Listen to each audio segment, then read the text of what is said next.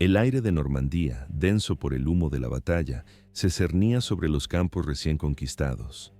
Para miles de soldados aliados, junio de 1944 marcó el comienzo de la liberación de Europa.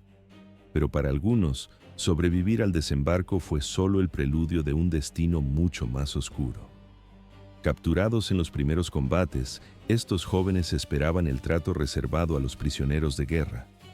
Sin embargo, las unidades de las SS que los custodiaban recibieron órdenes directas y brutales. No habría traslados a campos ni registros de ningún tipo. La convención sería reemplazada por la crueldad. En cuestión de minutos, los cautivos eran alineados en grupos y fusilados.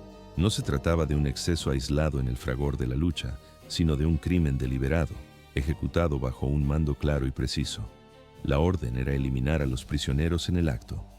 Decenas de hombres que habían depuesto las armas fueron borrados de la historia, sus vidas extinguidas en un instante.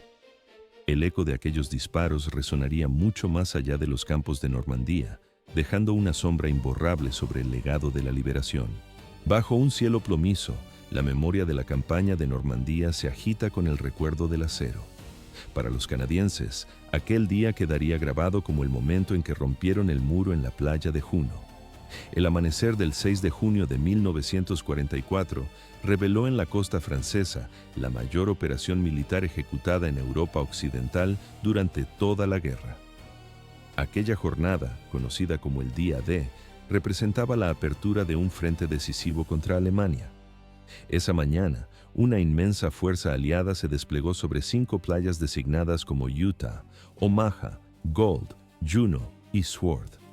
El peso de la responsabilidad en el sector de Juno recaía sobre la tercera división de infantería canadiense, que avanzaba bajo el mando del mayor general Rod Keller. Contaban con el apoyo de unidades blindadas y el fuego de cobertura de la flota británica. La misión era clara: asegurar la zona de desembarco, enlazar con las fuerzas británicas en ambos flancos y avanzar tierra adentro hasta la carretera de Combayeur, un punto estratégico para bloquear cualquier contraataque alemán. Cada brigada tenía objetivos precisos que incluían la captura de pueblos costeros, cruces de caminos y la neutralización de las fortificaciones alemanas. El desembarco se programó para media mañana, aprovechando una marea que permitiría superar los obstáculos defensivos. La playa había sido minada y reforzada según el plan del Muro Atlántico. Frente a ellos se desplegaba el Regimiento de Infantería 716, compuesto en su mayoría por tropas estáticas y reclutas con menor preparación, pero atrincherados en casamatas de hormigón, piezas de artillería y nidos de ametralladoras que cubrían los accesos. Las condiciones meteorológicas se mostraron hostiles desde el principio. El fuerte oleaje y el viento complicaron la aproximación de las barcazas de desembarco. Varias naves se hundieron o desviaron de su rumbo, provocando retrasos y desorganización en las primeras oleadas. Para los hombres que se aferraban al frío metal, la espera se convirtió en una agonía. A pesar de todo, la 7ª Brigada Canadiense inició el asalto frente a Courcelles-sur-Mer y Grez-sur-Mer.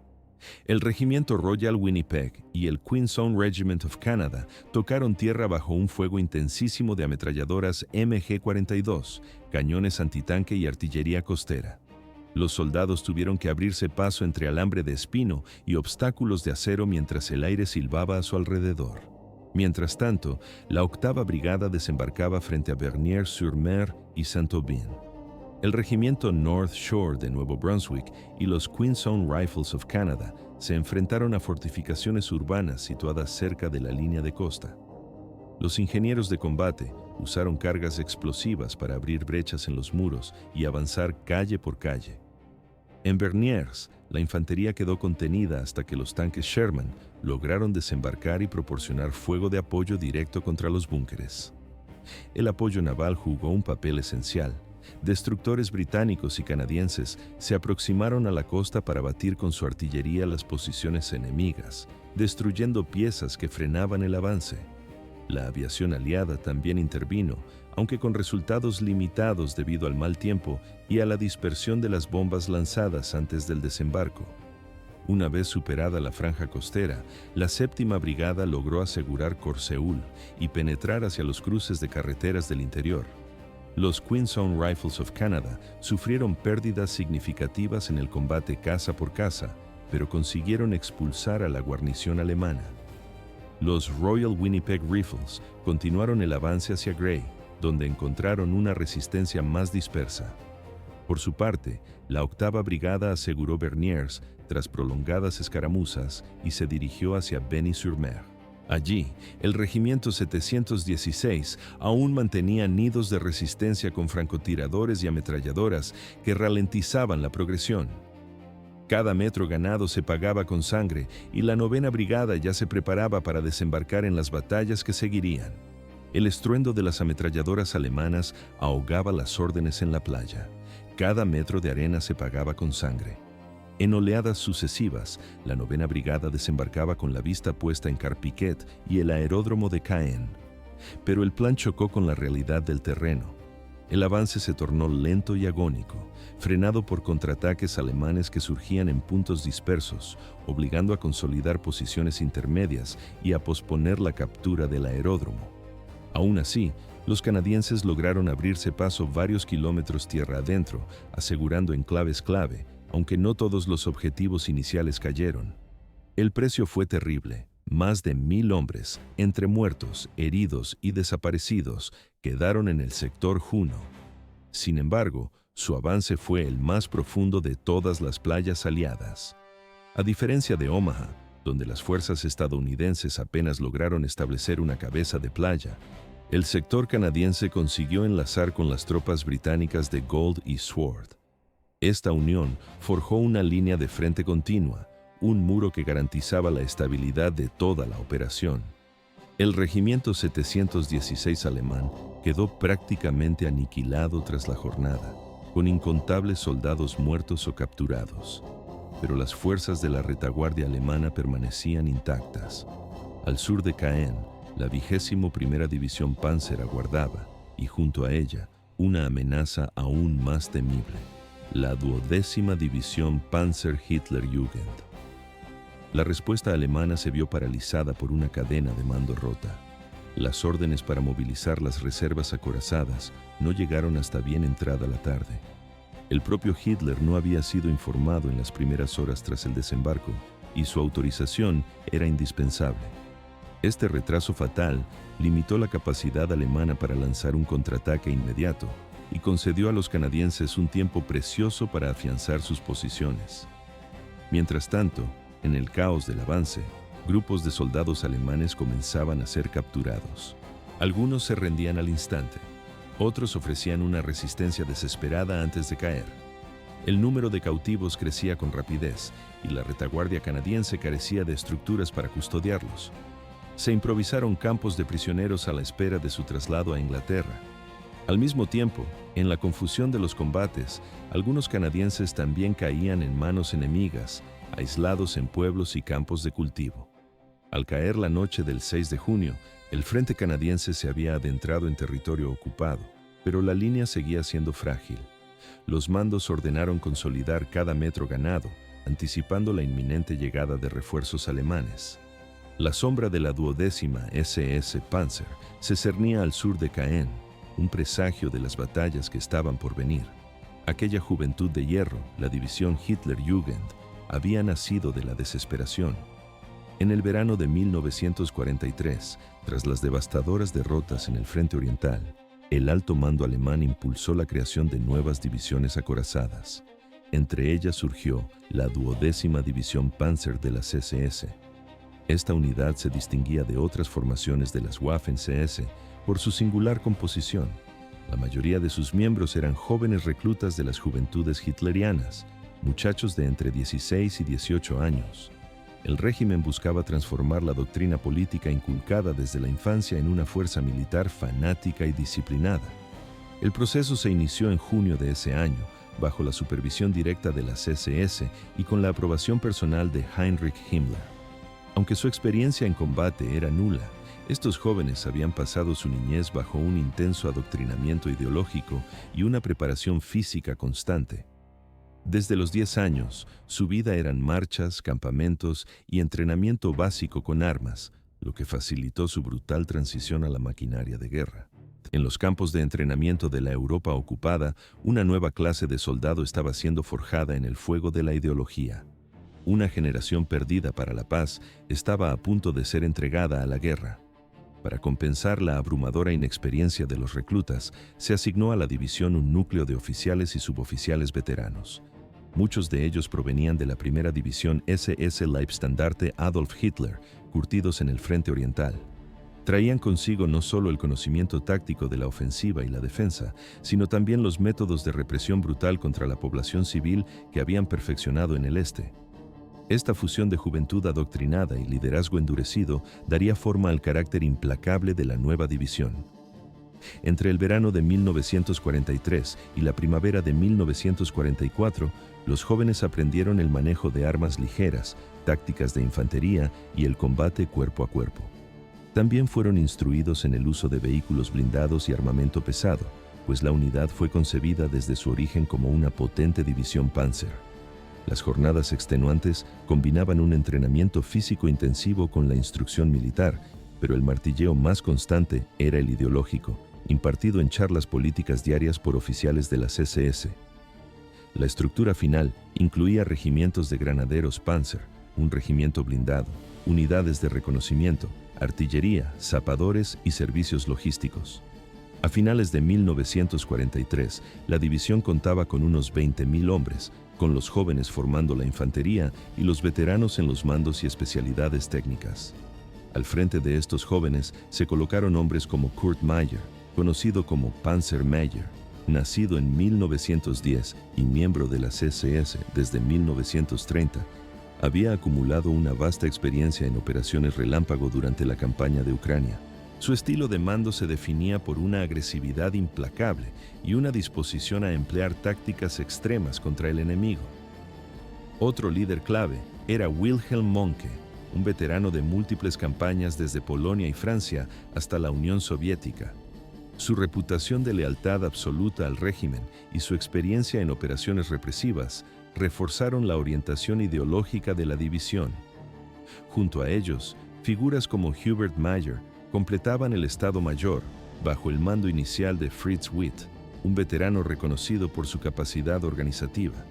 Pero la experiencia que estos oficiales trajeron de Bielorrusia y Ucrania resultó ser decisiva. Allí habían participado en operaciones que incluían la destrucción de aldeas, fusilamientos de civiles y la lucha contra partisanos. Este oscuro legado se convirtió en el alma operativa de la división, un lugar donde la distinción entre acción militar y represión se había borrado por completo. El adoctrinamiento político era el pulso diario de la unidad. Los jóvenes recibían lecciones constantes sobre la misión del nacionalsocialismo, la lucha contra el bolchevismo y la obediencia incondicional. El racismo era una herramienta fundamental de ese entrenamiento, transmitiendo un desprecio absoluto hacia el enemigo capturado y promoviendo la idea de que no merecían consideración alguna. Para la primavera de 1944, la división alcanzó su plena capacidad operativa y fue desplegada en Normandía como parte del Grupo de Ejércitos B bajo el mando de Erwin Rommel. Su posición en la región de Caen era estratégica: actuar como una fuerza de contraataque inmediato contra cualquier intento de desembarco aliado. Sin embargo, el 6 de junio, mientras la invasión rompía sobre las playas, la división permanecía inmóvil. Durante las primeras horas del desembarco, las noticias que llegaban al cuartel general eran confusas y fragmentarias, y la autorización de Berlín tardaba en llegar. No fue hasta la tarde que las órdenes finalmente fluyeron y las unidades comenzaron a moverse hacia el frente. Los regimientos Panzer Grenadier se movilizaron hacia el sector de Caen, donde las fuerzas canadienses y británicas habían logrado establecer una sólida cabeza de playa. Fue allí, en la antigua abadía de Ardennes, donde el Regimiento 25, bajo el mando de Kurt Meyer, estableció su cuartel general. Desde sus muros centenarios, planificaría los contraataques contra las posiciones aliadas en localidades como Puteaux-en-Bessin y Bretteville. La misión era brutalmente simple: detener el avance aliado hacia el interior a cualquier coste. Para el alto mando alemán, la juventud de sus soldados no era una debilidad, sino una garantía de fanatismo y resistencia absoluta. Con oficiales forjados en la crueldad del Este y una tropa dispuesta a obedecer sin vacilar, la 12ª SS Hitlerjugend se preparaba para su bautismo de fuego. Su debut en Normandía escribiría uno de los capítulos más feroces de la campaña. El eco de los desembarcos aún resonaba en la costa normanda, pero en el interior, una nueva y fanática fuerza se preparaba para su bautismo de fuego. Su debut en combate marcaría uno de los episodios más brutales de toda la campaña. Apenas un día después del desembarco, el 7 de junio de 1944, el frente canadiense pendía de un hilo. Aunque la tercera división había logrado establecer varias cabezas de playa, ahora se enfrentaba a los feroces contraataques de la 12ª División Panzer SS Hitlerjugend. Uno de los puntos más disputados era Puteaux-en-Bessin, un pequeño pueblo cuya posesión era vital para controlar la carretera de Caen a Bayeux, una arteria clave para los refuerzos alemanes. Durante la mañana, el Regimiento Royal Winnipeg de la 7ª Brigada Canadiense consiguió ocupar la aldea tras una lucha encarnizada. Sus hombres avanzaron por las calles estrechas, silenciando las defensas alemanas y tomando prisioneros antes de atrincherarse en casas y jardines. Pero la calma que siguió a la victoria sería engañosa. Hacia el mediodía, el éxito inicial se desmoronó. La 12ª SS lanzó un contraataque con infantería mecanizada y tanques Panzer IV que irrumpieron en el pueblo con una violencia abrumadora. La embestida obligó a los canadienses a una caótica retirada. La lucha duró varias horas y culminó con Puteaux de nuevo bajo control alemán, dejando a numerosos soldados canadienses aislados tras las líneas enemigas. Algunos resistieron en sus posiciones hasta agotar la munición. Otros intentaron una huida desesperada hacia sus propias filas, solo para ser capturados en los campos y caminos circundantes. Se estima que más de 100 soldados canadienses cayeron prisioneros ese día en Puteaux y sus alrededores. Para muchos de ellos, la rendición no sería una salvación, sino el preludio de una masacre. Fue en este contexto de caos y retirada donde tuvieron lugar las primeras ejecuciones documentadas de prisioneros aliados en Normandía. Los testimonios, recogidos de campesinos locales y supervivientes, describen asesinatos cometidos con una frialdad inmediata. En una carretera cercana, un grupo de canadienses se rindió con los brazos en alto. Fueron alineados al borde del camino y momentos después, soldados de la 12ª SS abrieron fuego con armas automáticas, matando a la mayoría en el acto. La crueldad no se limitó a las armas de fuego. Un soldado canadiense que se negó a abandonar a un camarada herido fue reducido por un soldado alemán, quien lo inmovilizó en el suelo y lo apuñaló repetidamente con su bayoneta.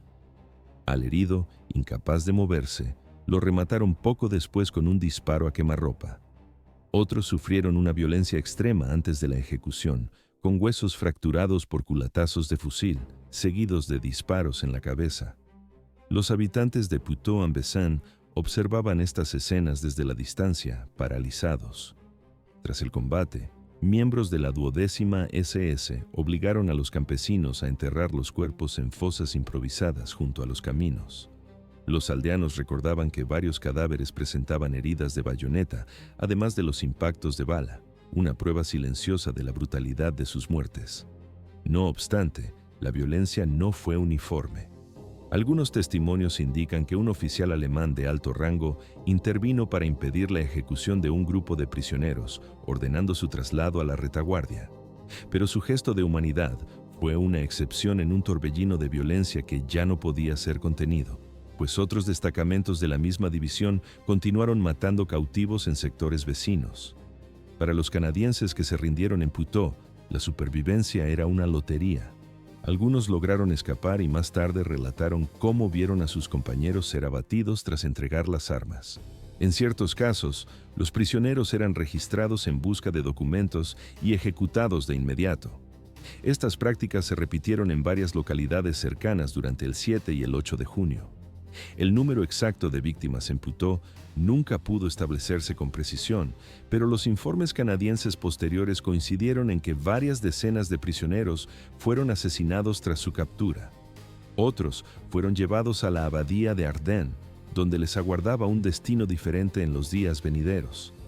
El 8 de junio, la 7ª Brigada reforzada con vehículos blindados, lanzó un contraataque para recuperar Puteaux. Tras intensos combates, el pueblo volvió a manos canadienses. En las calles y campos cercanos encontraron los cuerpos de sus camaradas, muchos con disparos en la cabeza o heridas de arma blanca en el torso. Las autopsias posteriores revelarían múltiples heridas de bayoneta y fracturas por golpes, confirmando los testimonios de los supervivientes. La orden alemana de ocultar los cuerpos no impidió que la verdad saliera a la luz. La rapidez de la contraofensiva aliada permitió localizar los enterramientos y recuperar los restos. Los crímenes de Puteaux establecieron un patrón de brutalidad que se repetiría en las semanas siguientes, una oscura mancha en la campaña de Normandía, donde la rendición no garantizaba la vida, sino una ejecución sumaria en el mismo campo de batalla. La sombra de la guerra se cernía sobre las piedras milenarias de la abadía de Ardenas. Aquellos muros, que durante siglos habían albergado el silencio monástico, estaban a punto de convertirse en el escenario de una masacre metódica y brutal. A las afueras de Caen, el complejo medieval había sido requisado por las fuerzas alemanas mucho antes de la invasión. Sus jardines interiores y sus robustas murallas servían como punto de concentración de tropas y material. Sin embargo, tras el desembarco aliado, su función cambió drásticamente, convirtiéndose en el cuartel general de Kurt Meyer, comandante del 25º Regimiento de Panzergrenadier de la 12ª División SS Hitlerjugend. La elección no fue casual, pues su proximidad a Caen era estratégica para cualquier contraofensiva, y la solidez de sus estructuras ofrecía una valiosa protección contra la artillería y los ataques aéreos. El 7 de junio de 1944, los primeros prisioneros canadienses comenzaron a llegar al recinto. Eran hombres de la tercera división capturados en los feroces combates de Puteaux-Tembezan, Oti y Bourreau. Una vez dentro de la abadía, se les conducía al patio central, donde miembros de las SS los registraban en busca de armas, documentos o mapas. Les arrebataban también sus pertenencias personales, insignias, relojes, cartas, pequeños fragmentos de una vida que estaba a punto de ser truncada. Después del despojo, comenzaba un interrogatorio apresurado. Les preguntaban por su unidad, el número de efectivos y la posición de sus blindados. Aunque no hay constancia de torturas sistemáticas en esta fase, los testimonios posteriores coinciden en la existencia de golpes y amenazas. El procedimiento variaba según el oficial al mando. Algunos prisioneros eran confinados en estancias improvisadas, pero otros eran conducidos hacia el jardín trasero. Para ellos, el desenlace era inmediato. Aquel jardín, rodeado de altos muros y parcialmente oculto por la vegetación, ofrecía una privacidad siniestra. Los prisioneros entraban de uno en uno o en pequeños grupos, obligados a permanecer de pie, sin capuchas ni vendas que les cubrieran los ojos. Un soldado, armado con una pistola o un subfusil, se posicionaba a su espalda o a un costado y disparaba a quemarropa, apuntando casi siempre a la cabeza o al cuello. Los cuerpos caían al suelo y en ocasiones eran arrastrados hacia rincones menos visibles, como si se intentara ocultar la evidencia de una matanza en curso. Entre el 7 y el 8 de junio, al menos 18 soldados canadienses fueron ejecutados. Sus identidades se conocerían más tarde, gracias a las listas de desaparecidos y a las placas halladas junto a sus restos. Entre las víctimas había hombres de los North Nova Scotia Highlanders y de los Sherbrooke Fusiliers, capturados en el frente y transferidos a la abadía. Ninguno de los que entraron en aquel jardín volvió a salir con vida. Hubo, sin embargo, una excepción casi milagrosa. Un soldado canadiense logró escapar saltando un seto y ocultándose en los campos cercanos hasta alcanzar sus propias líneas. Su relato resultaría crucial, pues describió con detalle cómo los prisioneros eran registrados, interrogados y finalmente conducidos al jardín para su eliminación. Otros testimonios provinieron de granjeros locales que, desde la distancia, escucharon disparos y observaron movimientos inusuales dentro de los muros. Cuando la ciudad fue tomada en julio, las tropas canadienses regresaron a la abadía. En el jardín encontraron restos humanos enterrados en fosas poco profundas. Los cuerpos aún vestían sus uniformes y portaban las placas de identificación que permitieron reconocerlos. Los informes médicos confirmaron las heridas de bala en la cabeza, descartando cualquier muerte en combate. Los muros del jardín, además, mostraban impactos de proyectil concentrados a una altura que coincidía con la posición de las víctimas. La propia disposición del lugar ayudó a comprender la mecánica del asesinato. El patio central servía como espacio de reunión y desde allí un estrecho pasillo llevaba directamente al patio trasero. Sus altos muros no solo impedían la visión desde el exterior, sino que amortiguaban parcialmente el sonido de los disparos. La repetición del procedimiento con varios grupos demostraba que no se trataba de una acción aislada, sino de una práctica deliberada y sistemática. Los registros aliados confirmaron 18 ejecuciones, aunque algunos testimonios sugirieron que el número real pudo ser mayor. Los cuerpos recuperados pertenecían a oficiales subalternos, soldados rasos y especialistas técnicos de unidades que habían combatido en primera línea tras el desembarco en Juno. El episodio de la abadía de Ardenas se convirtió así en uno de los crímenes más notorios de la campaña de Normandía, un símbolo de cómo la 12ª División SS combinaba las operaciones militares con las ejecuciones sumarias. En las investigaciones judiciales posteriores, el testimonio del soldado que escapó, junto con las pruebas forenses, sería clave para sentenciar a Kurt Meyer y a otros oficiales de la división. Bajo el sol de junio, los campos de Normandía se teñían de un nuevo horror. Los ecos de los combates que siguieron al desembarco se apagaban para dar paso a un silencio siniestro, roto por masacres ejecutadas en castillos y senderos normandos. La violencia contra los prisioneros canadienses estaba a punto de adquirir un rostro más oscuro y metódico. Tras los enfrentamientos en Puteaux-en-Bessin y la abadía de Ardenas, los días 8 y 9 de junio de 1944 marcaron una escalada brutal en la represión. Lo que antes eran ejecuciones inmediatas tras la captura, se transformó en matanzas sistemáticas, planeadas y repetidas por la 12ª División SS Hitlerjugend. Los escenarios de esta barbarie se concentraron en los alrededores de Bretteville, Puteaux, Caen y Quesnay. En Bretteville, la 7ª Brigada canadiense había logrado asegurar posiciones defensivas, pero los contraataques alemanes no cesaban. Durante aquellas horas confusas, varios soldados fueron rodeados y capturados. En lugar de ser enviados a la retaguardia, cerca de 20 de ellos fueron conducidos a las afueras del pueblo. Allí, junto a una zanja, un pelotón les arrebató la vida a sangre fría. Los aldeanos, obligados más tarde a retirar los cuerpos, recordarían cómo los arrastraron hasta campos cercanos para enterrarlos en una fosa poco profunda. La crueldad alcanzó un nuevo nivel de organización en un castillo requisado como cuartel general por un batallón de la división. Al mediodía del 8 de junio, 24 canadienses y 2 británicos fueron llevados al interior del edificio. Tras un registro rápido y breves interrogatorios, se les ordenó marchar hacia un campo de tiro cercano. Su destino ya estaba sellado.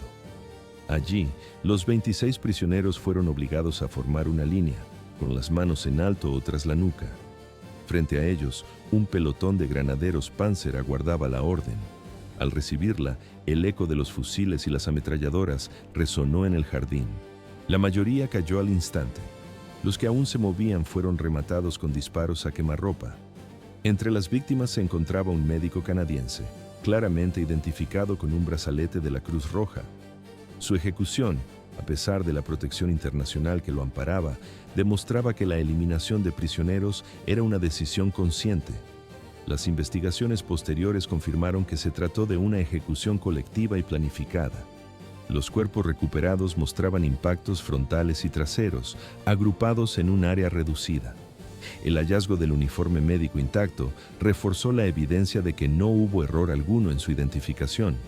Las carreteras que unían Caen con Cresnes también se convirtieron en escenario de matanzas. Varios grupos de prisioneros capturados durante los contraataques fueron obligados a marchar hacia zonas apartadas. En un tramo al sur de Caen, aproximadamente 17 canadienses fueron alineados en la cuneta y ejecutados con ráfagas de ametralladora. Los campesinos que después tuvieron que retirar los cuerpos informaron de un detalle escalofriante. Las víctimas presentaban heridas de bala concentradas en la nuca, un indicio de que fueron forzados a arrodillarse antes de morir. En Kisnay, otro grupo de entre 30 y 40 soldados fue llevado a un claro junto al camino. Tras obligarlos a levantar las manos, un oficial alemán les comunicó fríamente que no serían enviados a un campo de prisioneros.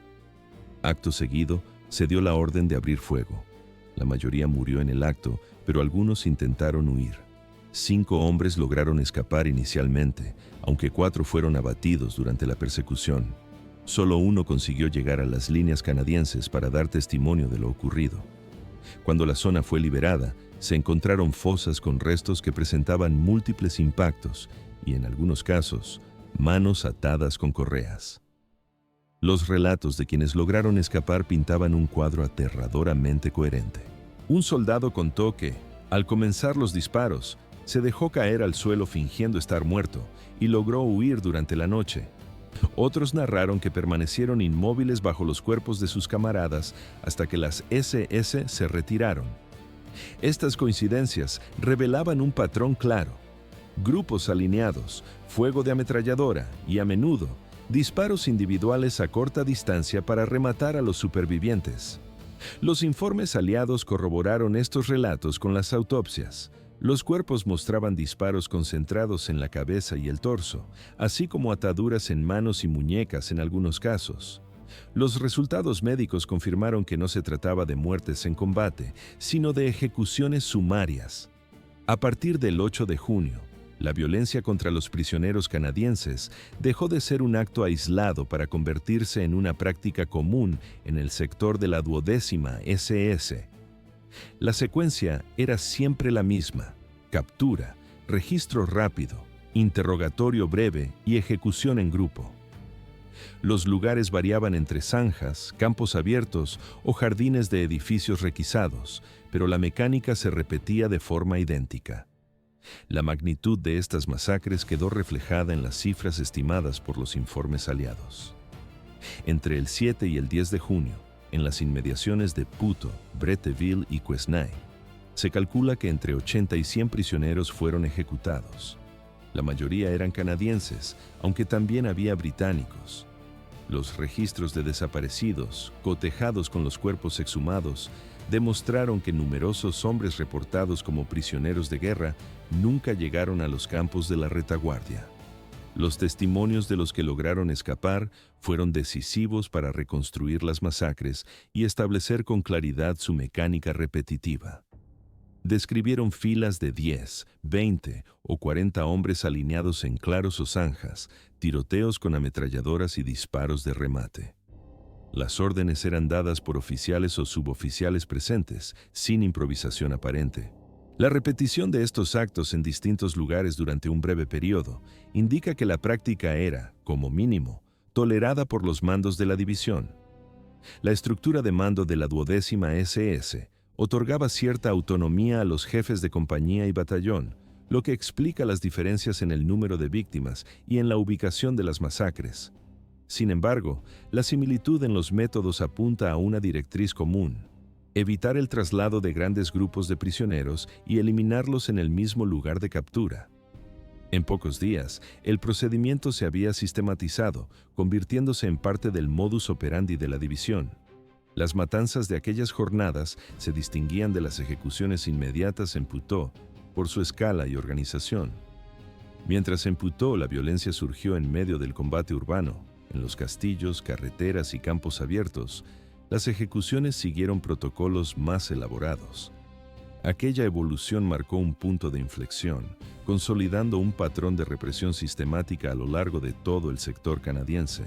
Los ecos de las grandes masacres comenzaban a desvanecerse, pero el silencio que siguió no era de paz. Una nueva forma de violencia, más sigilosa y dispersa, se extendía por los campos y bosques de Normandía, una cacería oculta que borraba a los prisioneros de la existencia. Tras la brutalidad de Puteaux-en-Bessin y la abadía de Ardenas, el patrón de los asesinatos cambió. Ya no se trataba de masacres colectivas, sino de ejecuciones esporádicas en pequeñas localidades rurales. Grupos de 3, 5 o 10 hombres, capturados en combate, eran apartados del frente y simplemente desaparecían. eliminados sin dejar rastro oficial. La dispersión geográfica de estos actos y la dificultad para documentarlos hicieron que, en muchos casos, el número exacto de víctimas se perdiera para siempre. En diversas aldeas normandas, las ejecuciones tenían lugar en establos y graneros requisados como puestos de mando o zonas de descanso para las tropas alemanas. Los prisioneros eran retenidos durante unas horas, vigilados por un puñado de soldados y luego conducidos al exterior, hacia bosques cercanos o campos abiertos, donde el sonido de las pistolas o las ametralladoras ligeras sellaba su destino. A veces, los cuerpos quedaban abandonados en el mismo lugar donde caían. Otras eran enterrados bajo los suelos de los graneros o en zanjas adyacentes. Los granjeros de la región, obligados a colaborar bajo amenaza, recordarían haber tenido que cubrir los cuerpos con tierra en tumbas improvisadas. Era un secreto terrible, enterrado junto a los muertos. Incluso el paisaje devastado por la guerra se convirtió en cómplice. Los cráteres dejados por los bombardeos aéreos y la artillería aliada ofrecían a las unidades alemanas sepulturas instantáneas. Pequeños grupos de prisioneros, de 3 a 5 hombres, eran llevados al borde de estas hondonadas y ejecutados con un disparo en la cabeza. Sus cuerpos eran empujados al interior y cubiertos superficialmente con tierra, un último acto de desprecio que solo sería descubierto semanas después, cuando los campesinos regresaran a sus tierras. La confirmación de estas prácticas provino de fuentes inesperadas. Reclutas polacos, alistados a la fuerza en la Wehrmacht, describieron en declaraciones posteriores los fusilamientos de prisioneros canadienses bajo la supervisión de oficiales de las SS. Uno de ellos relató haber visto a 7 hombres alineados frente a una ametralladora ligera, abatidos en cuestión de segundos.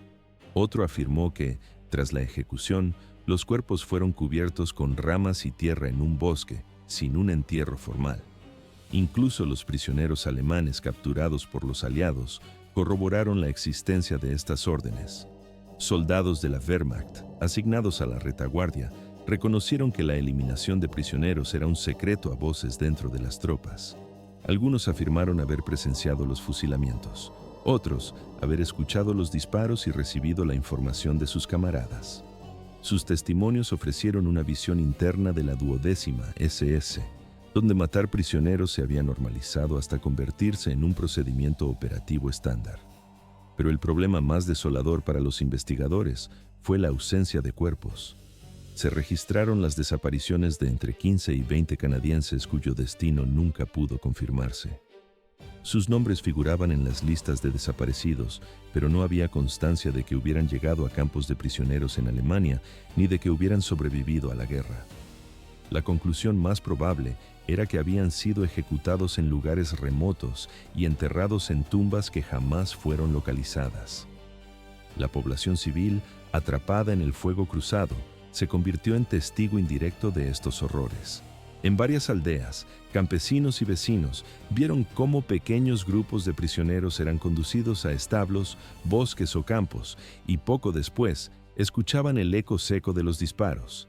Sin embargo, el miedo a las represalias de las SS los obligó a guardar silencio. Familias enteras ocultaron lo que vieron hasta después de la liberación, cuando por fin pudieron relatarlo a las autoridades aliadas, esperando que la verdad pudiera encontrar su camino a casa. A la sombra de la victoria, las heridas de Normandía seguían abiertas. El fin de la batalla no silenció el clamor por los prisioneros canadienses ejecutados, y las autoridades aliadas se movilizaron con rapidez. Desde los primeros meses tras el desembarco, el alto mando y el gobierno de Canadá desplegaron una red de investigaciones sistemáticas con el objetivo de documentar los hechos, identificar a los responsables y preparar los procesos judiciales que se avecinaban. El episodio más notable de estos esfuerzos se centró en Kurt Meyer, comandante del 25º Regimiento de Granaderos Panzer de la 12ª División SS Hitlerjugend. Meyer cayó en manos de tropas estadounidenses en Bélgica en septiembre de 1944. Tras su detención, fue interrogado y entregado a las autoridades canadienses, pues la mayoría de las víctimas de su unidad eran soldados de ese país. El gobierno canadiense decidió juzgarlo en un tribunal militar establecido en Aurich, Alemania, en el frío diciembre de 1945. Fue el primer gran juicio por crímenes de guerra celebrado bajo jurisdicción canadiense, un proceso que pondría a prueba no solo la culpabilidad de un hombre, sino la memoria de una nación. Los cargos contra Meyer se cimentaron en el principio de responsabilidad de mando. Aunque no se demostró su participación personal, se probó que dirigía una unidad donde los asesinatos eran sistemáticos y que como comandante tenía la obligación de impedirlos. El tribunal escuchó los testimonios de soldados canadienses que sobrevivieron a las masacres, las declaraciones de civiles franceses y analizó la documentación recogida en los lugares de los crímenes. Pero una voz resonó con especial fuerza, la de un soldado que logró escapar de la abadía de Ardennes.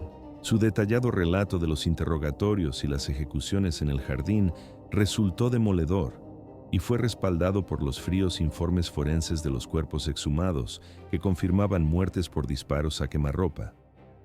El 28 de diciembre de 1945, el tribunal declaró a Meyer culpable y lo sentenció a muerte por fusilamiento.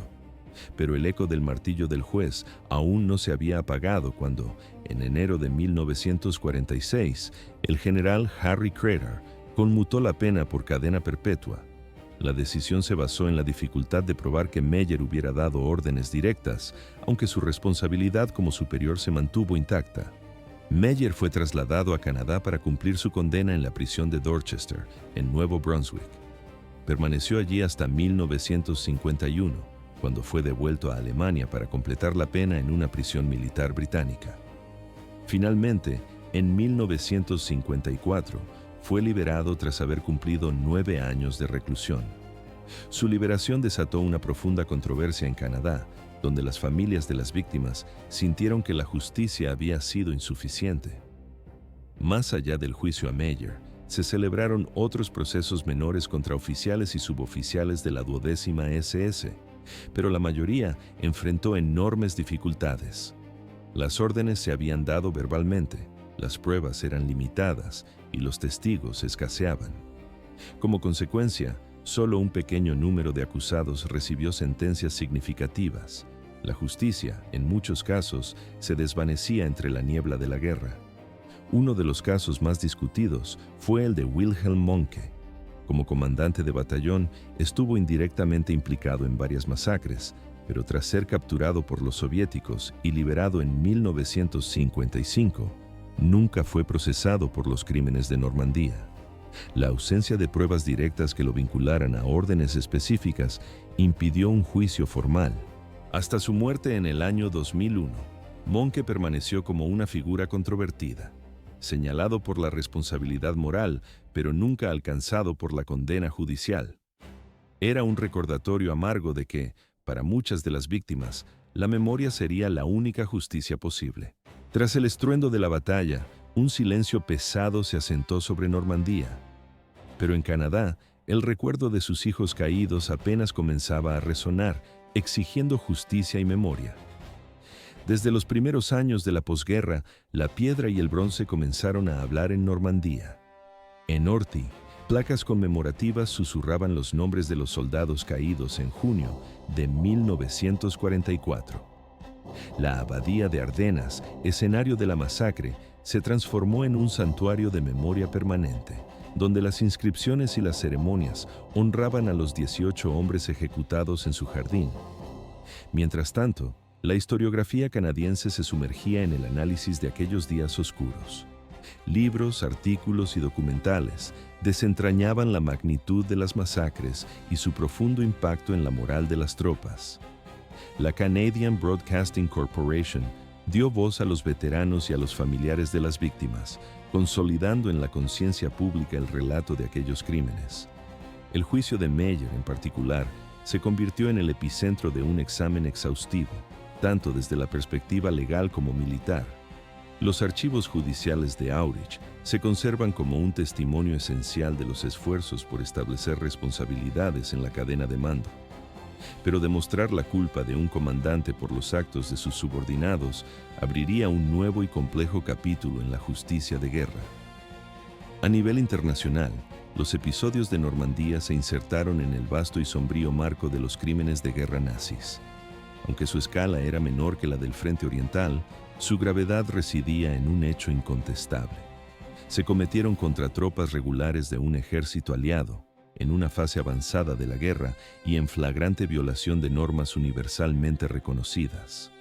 Para Canadá, representó el mayor crimen de guerra sufrido por sus fuerzas armadas en toda su historia. El caso Meyer se erigió como un ejemplo fundamental del principio de responsabilidad de mando. Al igual que en los juicios de Nuremberg, quedó demostrado que un oficial podía ser condenado no solo por ordenar directamente una ejecución, sino también por permitir que esas prácticas se convirtieran en un hábito dentro de su unidad. Este precedente influiría de manera decisiva en el desarrollo futuro del derecho internacional humanitario. Con el paso de las décadas, la conmemoración de las víctimas no hizo más que afianzarse. Cada aniversario del desembarco, delegaciones canadienses cruzaban el Atlántico para rendir homenaje en la Abadía de Ardenas y otros lugares marcados por la tragedia. Las ceremonias, con la lectura de los nombres de los caídos y la presencia de los últimos veteranos, eran un recordatorio de que algunas heridas nunca cierran del todo. La investigación histórica continuó profundizando, vinculando la conducta de la 12ª División SS con la cultura militar del régimen nazi. Los análisis revelaron una conexión directa entre el adoctrinamiento ideológico de sus jóvenes soldados, la brutal experiencia de sus mandos en el Frente Oriental y la facilidad con que adoptaron métodos represivos en Occidente. La documentación generada por estas investigaciones trascendió el ámbito histórico, sirviendo de base para estudios jurídicos sobre la protección de prisioneros y la responsabilidad de mando. Los casos de Normandía se citan con frecuencia como ejemplos en manuales militares y foros académicos de derecho internacional, una lección aprendida con sangre. De este modo, la memoria de aquellos soldados ejecutados permanece viva, un pilar en la conciencia colectiva tanto de Canadá como de Francia. La persistencia de las ceremonias y las investigaciones refleja cómo aquellos episodios se convirtieron en un elemento central para construir el recuerdo de la participación canadiense en el conflicto.